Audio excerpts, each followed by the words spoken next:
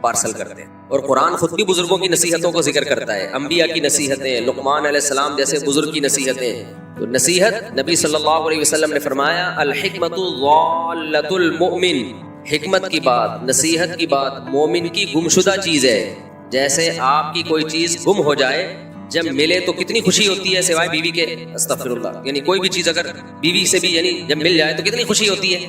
وہ دو آدمیوں کی بیویاں گم گئی نا, دو آدمیوں کی بیویاں گم گئی, دونوں تلاش کرنے کے لیے نکلے تو ایک نے دوسرے سے, یہ ٹاپک نہ چینج ہو جائے, یہ چٹکلوں میں ٹاپک رہ جاتا ہے. دو آدمیوں کی بیویاں گم گئیں تو ایک نے, بزرگوں کی نصیحت چل رہا ہے, ایک کی بیوی, ایک نے دوسرے سے کہا میری بھی بیوی گم گئی ہے, تیری بھی گم گئی ہے, علامت بتا. دونوں مل کے ایک دوسرے کی بیویوں کو تلاش کرتے ہیں. تو ایک نے بتایا بتا بھی تو بتا تیری بیوی کیسی ہے. اس نے بتایا لمبے لمبے بال ہیں, بڑی بڑی آنکھیں ہیں, سفید رنگ ہے, بڑی بڑی پلکیں ہیں, خوبصورت چمکتے ہوئے موتی جیسے دانت, لمبا قد, اونچی ناک.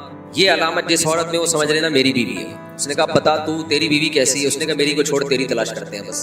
اس نے کہا میری کو چھوڑ تیری تلاش کر. تو ہم لوگ کے ہاں چونکہ بزرگ پائے جاتے ہیں, لہذا جن کے ہاں بھی بزرگ پائے جاتے ہیں ان کے ہاں دو چیزیں پائی جاتی ہیں. ایک بزرگوں کی نصیحتیں, کیونکہ بزرگوں کا کام کیا ہے, نصیحتیں کرنا ہی تو ہے. پنچر لگانا تھوڑی ہے بائکوں کے ٹائر کو, یا پنکھے ٹھیک کرنا. بزرگ کا کام کیا ہوتا ہے, نصیحت. تو بزرگوں کی نصیحتیں جو نقل کی جاتی ہے قرآن و سنت کو چھڑوانے کے لیے نہیں, قرآن و سنت پہ لانے کے لیے. یہ قرآن و سنت کی کسی بات کو ایکسپلین کرنے کے لیے. بچپن میں ہم جب نونہال پڑھا کرتے تھے حکیم محمد سعید رحمۃ اللہ علیہ کا, تو اقوال زرین, یعنی خوبصورت اقوال, عمدہ اقوال, اس کے عنوان سے انگریز بھی اپنے بزرگوں کو مانتے ہیں. شیکسپیئر کی باتیں نقل کر رہے ہوتے ہیں. انگریز شیکسپیئر کی بات نقل کرتے ہوئے جھجک محسوس نہیں کرتا. ہمارے ہاں اللہ والوں کی باتیں نقل کرتے ہوئے لوگوں کو موت آتی ہے اور کہتے ہیں یہ بزرگوں کو لے کے بیٹھ گئے. ہاں, بزرگ کی بات قرآن و حدیث کے خلاف ہوگی پھر نہیں لی جائے گی, پھر اس کو رد کیا جائے گا. تو جن کے ہاں بزرگ ہوتے ہیں ان کے ہاں دو چیزیں پائی جاتی ہیں. نمبر ایک بزرگوں کی باتیں بھی, اور نمبر دو کرامتیں بھی. کرامتیں کس کے ہاتھ پہ ظاہر ہوتی ہیں, بولو, بزرگوں کے ہاتھ پہ. اللہ دکھا رہا ہوتا ہے کہ میں اپنے اس بندے کے ساتھ ہوں. جیسے سلیمان علیہ السلام کے دربار میں وہ بزرگ تخت اٹھا کے لے آئے سیکنڈ میں, تو سلیمان علیہ السلام نے کیا فرمایا, ھذا من فضل ربی. سیکنڈ کے بھی 1000ویں حصے میں ان بزرگ نے کہا کہ میں ملکہ سبا کا تخت اٹھا کے لاؤں گا. یہ کہا اور تخت حاضر. تو سلیمان علیہ السلام نے اس بزرگ کی تعریف نہیں کی, بلکہ کیا فرمایا, ھذا من فضل ربی, یہ میرے رب کا فضل. اس سے پتہ چلا کہ بزرگ کے ہاتھ میں جو کرامت ہوتی ہے وہ اصل میں بزرگ نہیں کر رہے ہوتے. کون کر رہا ہوتا ہے, اللہ کر رہے ہوتے ہیں. تبھی سلیمان علیہ السلام یہ نہیں کہہ رہے ھذا من کرامتی بزرگی, یہ میرے بزرگ کے کرامت, میری امتیوں میں ایک بزرگ کی کرامت ہے, بلکہ کس کی طرف نسبت کی, اللہ کی طرف, کہ یہ میرے اللہ کا فضل ہے. صرف ایک یہی واقعہ کرامت کے ٹاپک کو ایکسپلین کرنے کے لیے کافی ہے. لیکن جن کی کھوپڑی میں بھوسا بھرا ہوا ہے ان کو سمجھ میں نہیں آیا. بزرگ کے ہاتھ میں یہ ہوا ہے, بزرگ نے کہا میں لے کر آؤں گا. انا آتی کا بھی قبل ان یرتد الیک طرفک, اے سلیمان آپ کی پلک جھپکنے سے پہلے میں ملکہ سبا کا تخت اٹھا کے حاضر کروں گا. یہ کہا اور تخت حاضر. نسبت کس کی طرف کر رہے ہیں, اپنی طرف, میں یہ کام کروں گا. تو سلیمان علیہ السلام کو چاہیے تھا کہ جب وہ تخت حاضر ہوا تو آپ کا شکریہ ادا کرتے, تھینک یو ویری مچ, آپ یہ تخت سیکنڈوں میں لے آئے, میں آپ کا تہہ دل سے شکر گزار ہوں, اپنا خیال رکھیے گا. کیا خیال ہے بھائی؟ لیکن شکر ہے کوئی جاہل وہاں بیٹھا ہوا نہیں تھا. کوئی جاہل بیٹھا ہوا ہوتا پہلی بات وہ یہ کہتا کہ یہ تو پاسبل ہی نہیں ہے کہ کوئی انسان سیکنڈوں میں تخت اٹھا کے لے آئے, یہ شرک ہے. کیونکہ جب اپنے دماغ میں گوبر بھرا ہوا ہوتا ہے تو ہر جگہ گوبر ہی نظر آتا ہے, کوئی اچھی تعویل کر نہیں سکتا. سب سے پہلے کہتا ہے یہ شرک ہے.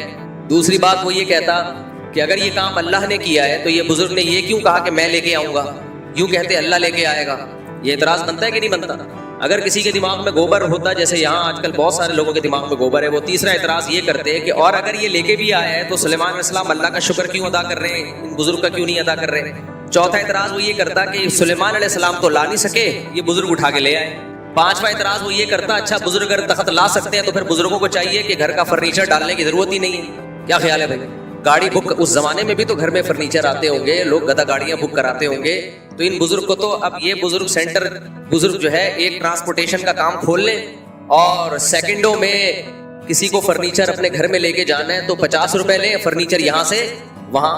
جو اتنا بڑا تخت اٹھا کے لا سکتا ہے وہ کسی کی الماری اور کسی کا بیڈ, جس کی نئی نئی شادی ہوئی ہے اس کو ٹائم نہیں ہے, اس کے پاس ٹائم نہیں ہے گدا گاڑی بک کرائے. پہلے زمانے میں ٹھکا ٹھک شادیاں ہوتی تھی تو اس کے پاس ٹائم نہیں ہے کہ وہ گدا گاڑی بک کرائے اور یہاں سے سامان گدا گاڑی پہ ڈالے اور پھر دولہا کے کمرے تک پہنچائے تو بھائی بزرگ کے پاس جائے, بزرگ سیکنڈوں میں ڈبل بیڈ, سنگل بیڈ, جو بھی اس زمانے میں رواج تھا, یا تخت شاہی یوں کریں اور چھو منتر حاضر.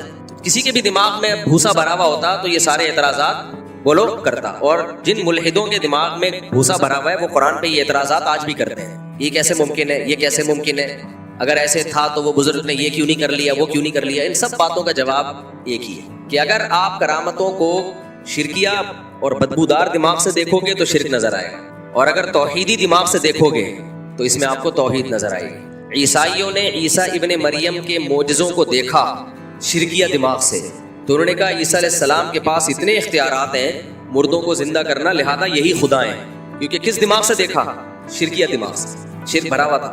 بدعتیوں والے دماغ سے دیکھا تو بدعتی کو کرامتوں میں اور معجزوں میں شرک نظر آتا ہے, لہذا وہ اولیاء اللہ سے مانگنا شروع کر دیتا ہے. لیکن جو توحید پر مضبوط ہوتے ہیں وہ کسی بزرگ کے ہاتھ میں کرامت دے کے وہ سمجھتے ہیں یہ کس کا کمال ہے, اللہ کا, ان سے مانگنا ہی نہیں ہے, یہ اللہ کا کمال ہے بھائی, لہذا یہ ممکن بھی ہے کیونکہ کرنے والا کون ہے, اللہ ہے. آپ اگر ملحد کے دماغ سے سوچو گے تو آپ کرامت کے وجود کا انکار کر دو گے, یہ ہو ہی نہیں سکتا. مشرکانہ دماغ سے سوچو گے تو آپ کہو گے کہ یہ بزرگ نے کیا ہے, لہذا آئندہ ان سے مانگو. اسلام نام ہے نہ الحاد کا اور نہ شرک اور بدعت کا. جو بیلنس رائے کیا ہے بھائی, اگر اللہ کر رہا ہے تو اللہ اس سے بھی بڑے کام کر سکتا ہے. سارے مردوں کو زندہ کر دے گا قیامت کے دن. عیسیٰ ابن مریم کے ہاتھ پہ ایک مردہ زندہ کرنا اس کے لیے کیا ہے, وہ تو سب مردوں کو زندہ کرے گا قیامت کے دن. کرنے والا کون؟